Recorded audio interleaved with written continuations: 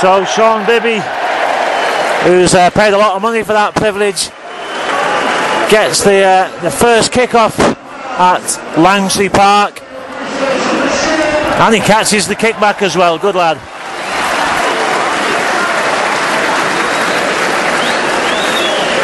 But now it's for real, and Mr. Hicks will get the game underway as Jamie Foster puts the high kick in. Anthony Watts takes the ball for the Vikings. The Vikings, of course, an unknown quantity in Super League, and I dare to suggest even an unknown quantity to themselves as well. 15 new signings for this Super League season for the Widnes Vikings, including the latest one announced today, Cameron Phelps. Paddy Flynn, and Flynn's got through. Oh, great first involvement for Paddy Flynn. Breaks the tackle. Ball moved out to the left by the Vikings. Well, I'm sure the Widnes players and the Widnes fans would love to be the first to score at the new ground of St Helens. They were the first team to win, I seem to remember, at the Halliwell Jones Stadium when the Wolves moved in there. Hambley, Watts, Briscoe into the line. Now there's a chance. Oh, lovely ball on the outside, and Paddy Flynn steps in, and the first try at Langtree Park goes to the Widnes Vikings winger, the number 2, Paddy Flynn. It was a lovely slip pass, some slick handling by the Vikings, and Stephen Marsh, who's on loan for the season from the Wigan Warriors at the Widnes Vikings, just slipped out a lovely pass. Paddy Flynn had some work to do, but he cut inside and gets the ball down, and the Vikings take the lead.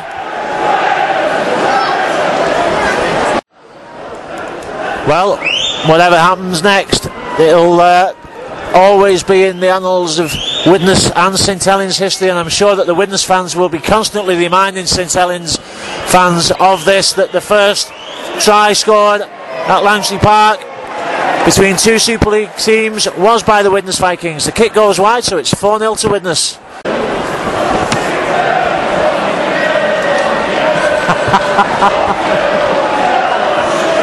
Well, the scoreboard mistakenly put up a score of 40-0 for Widnes, and the Widnes fans immediately, it's been corrected now of course, the Widnes fans immediately take up the chant of 40-0, 40-0, 40-0. Well, there were some who perhaps expected that to be the score here tonight in St Helens' favour. That won't come to pass. Patrick Arvan, that's a lovely ball out from Patrick Arvan, and Clark's going for the line. He's not going to get there, but a superb pass out from Arvan. Moore, Watts flicks the ball over the top. Marsh steps inside, there's a gap there, and Stephen Marsh is going to go for it, and Stephen Marsh scores for the Vikings, and Widnes Vikings sensationally double the lead. 8-0 for the Vikings, set up by Patrick Arvan. A lovely burst, a fantastic short ball to John Clark, who was in great support. He didn't panic, he knew he wouldn't make the line, but a quick play of the ball, and he set up the attack. Lovely play from Anthony Watts, and then Stephen Marsh, well, he didn't panic either, didn't go for the obvious gap, but he went for the gap, and he slides over the line. Widnes Vikings leading the Saints by 8 points to 0. Robbie with the tap, short ball. Oh well, it would have been a soft try really. I'm sure Saints want to score a sensational one for their first try at Langtree Park. Fans shout for obstruction, but it's not given, and it is a try, and it is a bit of a sensational one. It was a lovely ball, and the player that comes through on the burst, was it Sias Soliola? Can't tell them here, it'll be announced in a minute, but he came on the burst and there was no chance really for Sean Briscoe.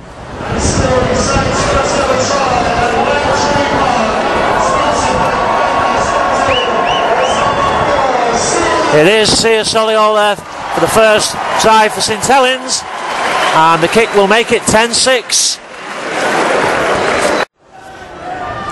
Wilkins steps away, but he's caught by Anthony Mullally round the legs. Quick play the ball on. James Dolby scoots away from the halfback. Oh, he gets a lovely ball out, and it's a great chance here for Saints.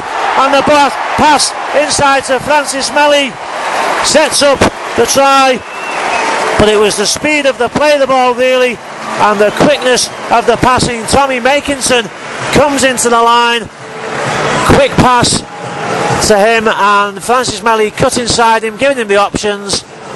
Widnes outnumbered 3-1. Widnes make another good 10 metres from a simple drive. Anthony Watts, and another 10 metres. Widnes coming forward in ones at the moment, keeping it simple. Now the ball moves out to the left, and Hambury steps away. He's got support on the outside, but he doesn't need it. And Reece Hambury puts the Vikings back into the lead from the first set of 6 after Saints had scored. Well, Widnes made it look easy. They just took in 3 or 4 simple drives, making 10 metres in each drive, and then moved out the ball to the left, and Hambury just took the ball, throws the dummy, and the gap opened up. He went towards the left corner. He had Patrick Arvan in support on the outside, but he didn't need him. He goes in 10 metres from the corner flag. Kick through. Oh, Briscoe can't react in time as he touched it down. Well, it was an intelligent kick as the Vikings line was coming forward. It was actually Anthony Watts who couldn't react in time. He tried to turn and get there, but slipped as he did so. But an intelligent kick, as I say. The Vikings defence coming forward, trying to snuff out the attack. And the third try for Saints goes to Nathan Ash, the substitute for St Helens. 16-14 to the Saints, 6 minutes left in this first half. Looking to make some more impact and find another way through this Saints defence. It's the final tackle though, says Mr Hicks. Anthony Watts puts a little tip over the top and he takes it himself. Puts a kick for Paddy Flynn, and nice bounce. Is it a nice bounce? It's not a nice bounce, but Paddy Flynn takes it anyway. Anthony Watts did that against Wellington just before he got injured, and almost the same thing, although it didn't lead to a try that time, but it was a lovely kick, a perfect bounce. He puts the backspin on it and it bounces to his arms, or it comes back to him, and then a perfectly timed kick. It just wouldn't sit up for Paddy Flynn, but Paddy Flynn knew he had time because there wasn't a Saints player near him. He just kept his cool, and Flynn goes over for his second in the corner, and the Vikings take the lead 3 minutes before half time. The fans are counting down with the scoreboard, and the scoreboard clock is bang on the money. Well, a fantastic first half, a really entertaining game. Great performance by the Vikings. Tries from Paddy Flynn, who got 2, and Stefan Marsh and Hanbury as well. Just a one conversion from Patrick Arvan. For Saints, it was Soliola, Melly and Ash who got the tries. 3 conversions for Foster. Keep the game close. The half-time score though, St Helens 18, Widnes Vikings 20. Well, the Vikings kick off, and this time it's Widnes that do an awkward kick, and who's come up in possession? It's a knock-on by the Vikings, I think. Anthony Watts limps off. Well, let's hope it's not the hamstring again. It looks like it might well be though. Saints move the ball out wide. Widnes in danger of being caught, but the slide defence gets there. Good effort to step back inside by Nathan Ash.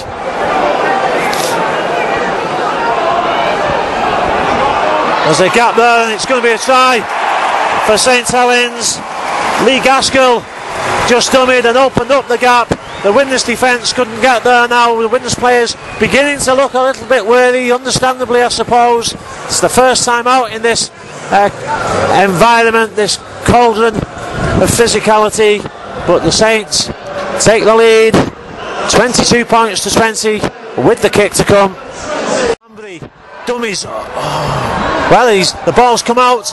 Not sure what happened there, but Paddy Flynn has got the ball. It's bounced past Jamie Foster. Well, it was an awkward looking kick, and it seemed as if I'll say that again, it seemed as if it might go straight to Jamie Foster, but he lost his feet. He looked like Bambi in the snow, and he goes down. The ball bounces over him. Paddy Flynn pounces on it, and the Vikings take the lead at 24 all. They draw level, I should say. I keep thinking Widnes are ahead. Too excited.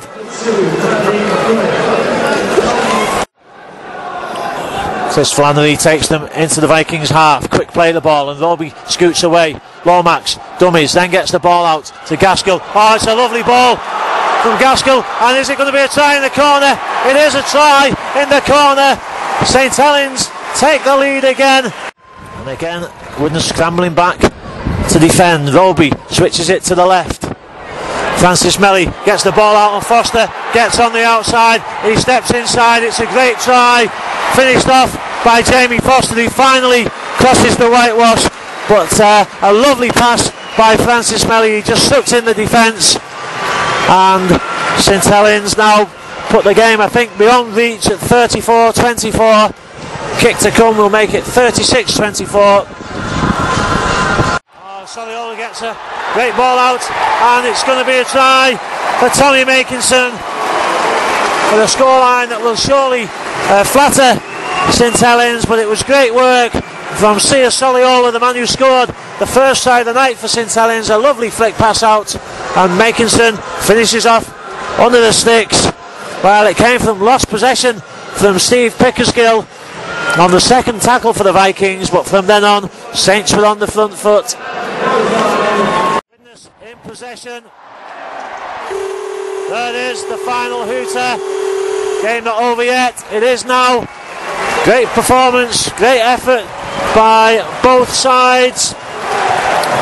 Widnes 18-20 in the lead, but then Saints came back with tries from Gaskell, Dixon, Foster and Makinson. Paddy Flynn completed his hat-trick, but it wasn't to be enough. The final score here at the all-new St Helens ground, Langtree Park Stadium, is St Helens 42, Widnes 24.